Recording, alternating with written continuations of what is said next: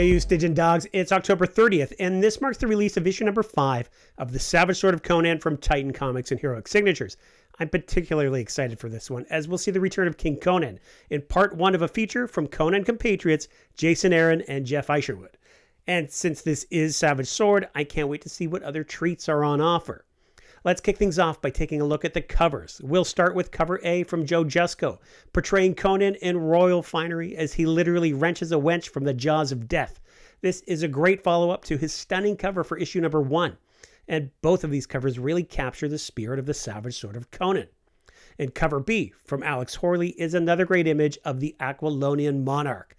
Horley's been giving us a lot of excellent Conan art lately, and his cover for Savage Sword number 3 is one of my favorites of this new run. So, before we open it up, I'll let you know that this will be a flip through, not a read through, so there will be image spoilers, but I won't linger. It's a peek and a tease. Make sure to grab a physical copy or two, you don't want to miss out. And here we go. On the inside cover, an advertisement for Conan, Cult of the Obsidian Moon, on sale November 19th. This is by James Lovegrove, and it's a new chapter of the massive narrative event, the Battle of the Black Stone. This is followed by the Numidian Chronicles and a map of the Hyborian Age by Francesca Barald. Following credits for the teams at Heroic Signatures and Titan Comics, we come to the table of contents. This month's feature is King Conan, the Ensorcelled Part 1 by Jason Aaron and Geof Isherwood.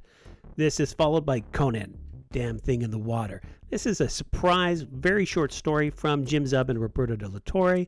And finally, Conan Forged by Michael Kogge and artist Dan Parsons, with pinups by Tim Sale, Sedat Oezgen, and Marco Rudy. Things kick off with Tim Sale's pinup here. It appears very dark in my issue, so that's a little bit disappointing. It's hard to discern. After that, we move right into the story, and it is Conan the Ensorcelled Part 1, The Beast in Brithunia by Jason Aaron and Geof Isherwood. Jason Aaron and Geof Isherwood are certainly no strangers to King Conan. I quite liked Aaron's King Conan from 2021 when Marvel was the license holder.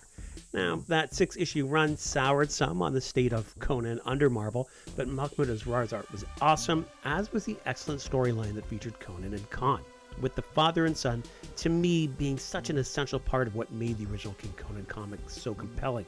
And Geof Isherwood, of course, with numerous Conan credentials of his own, worked on that original series, sometimes co-credited on art with Mark Silvestri, other times on inks, and also as a solo artist. Isherwood's art here feels like classic Savage Sword, and it's very detailed, definitely making this a story to revisit and take in a few times. Now, as I've been flipping through, you may have noticed that the story moves directly into Part 2, the last of the Gruskull Witches.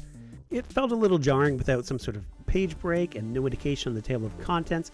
The story ends in a cliffhanger and will be revisited in issue number 6. And following the pinup from Sedat Oezgen, something pretty special. Conan, Damn Thing in the Water. A great short 2-page story from Jim Zub and Roberto de la Torre. This is the kind of thing we really like to see in the Savage Sword of Conan. Very satisfying, fantastic. Moving on, we come to the story Forged by Michael Kogge and Dan Parsons. This is definitely at home in the pages of the Savage Sword of Conan. Some print quality issues in one of my copies. It's likely not universal, but it is unfortunate. After that, the final pinup, and this one is from Marco Rudy, and again in my copy, it's actually kind of hard to discern the image here. And after the pinup, an advertisement for a new era of bravery and heroism. It's an ad for various novels, the Heroic Legends short stories, the comic collections, and the upcoming and available omnibus editions. I will note on this, we've seen this ad before. I think this is the 3rd time, and there is an error for the Conan Cult of the Obsidian Moon ad, and the error is that it says that it's Conan City of the Obsidian Moon. So definitely an error not yet corrected. And on the back cover, details for the next issue, featuring the exciting conclusion of Jason Aaron and Geof Isherwood's King Conan epic 2-part comic, a haunting dark Agnes tale from writer Michael Downs and artist Piotr Kowalski, a chilling Conan prose story from Matthew John, Titanic covers from Alex Horley and Jason Sean Alexander, a slew of astounding art pinups, and more. Issue number 6 closes out the first year of Savage Sword of Conan with a bloody bang. You'll note some very apparent editing issues on the back cover here, and this isn't the first time.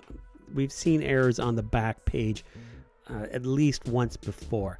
At this stage of the game, it's really unfortunate. This shouldn't be happening, so I would definitely have to highlight that. It's a shame. I'm going to do something that I don't usually do, which is be negative.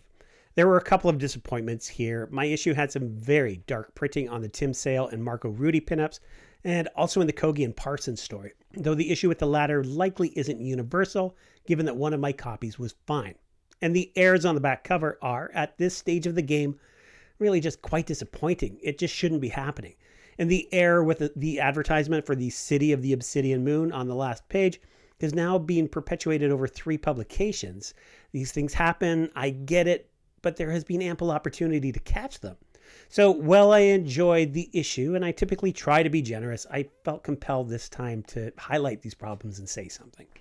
But moving on, the Michael Kogge and Dan Parsons story was enjoyable and certainly at home in these pages. Personally, stories of Conan and his youth aren't a personal favorite of mine, and following on the heels of Jim Zub's issue number 16 of the ongoing monthly series, well, it feels to me maybe a little too soon. There's also a curiosity with the story. Conan's mother makes an appearance, which is inconsistent with what Jim Zub had established in issue number 16. So I could be open-minded, but it'd be nice if they stuck to a decision with regard to Conan's mother. Again, I did enjoy the story, but I was distracted by these observations, and it could just be a matter of timing. Jim Zub and Roberto de la Torre short was exactly what I want as far as bonus content goes, so a nice treat there, so very well done. And I've got to say that I really love King Conan, and I'm happy to see his return in this story. Jason Aaron and Geof Isherwood's story looks and feels like classic Savage Sword of Conan. It was great. I think Isherwood nails the vibe, and I like the little touches that make it King Conan, including reference to Khan and the depiction of the Black Dragons. The Royal Guard looked perfect. It was a little jarring seeing part 2 introduced without a page break or something. It made the flow feel off. And while this might not be without precedent, it's maybe just a little odd not to see it referenced in the table of contents. But I thoroughly enjoyed what Aaron and Isherwood have given us, and I'm looking forward to reading it a few more times to take in Isherwood's richly detailed panels and to see its conclusion in the next issue. All in all, a very satisfying issue of the Savage Sword of Conan that, but for a few minor things, could have made it truly great. Thanks for watching. Liking, consider subscribing, and watch for issue number 3 of Battle of the Black Stone arriving next week. And stay tuned for issue number 6 of the Savage Sword of Conan coming in December. I had thought that the Roy Thomas and Roberto de la Torre feature would appear in those pages, but it seems I'm mistaken. So I'll be keeping an eye out for more information there. And until next time, take it easy, you Stygian Dogs.